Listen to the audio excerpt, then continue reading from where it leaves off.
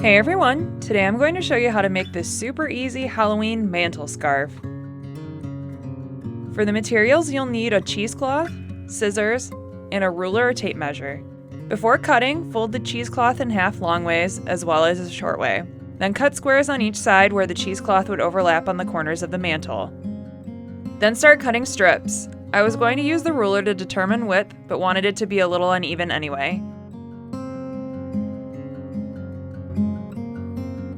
After that, put the cut cheesecloth on the mantle and pull down on the strips to give them more of a disheveled look.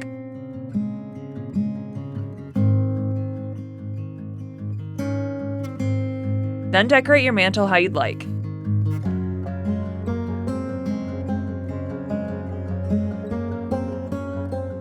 And that's it! This adds some Halloween fun to a mantle, and I really like how it turned out.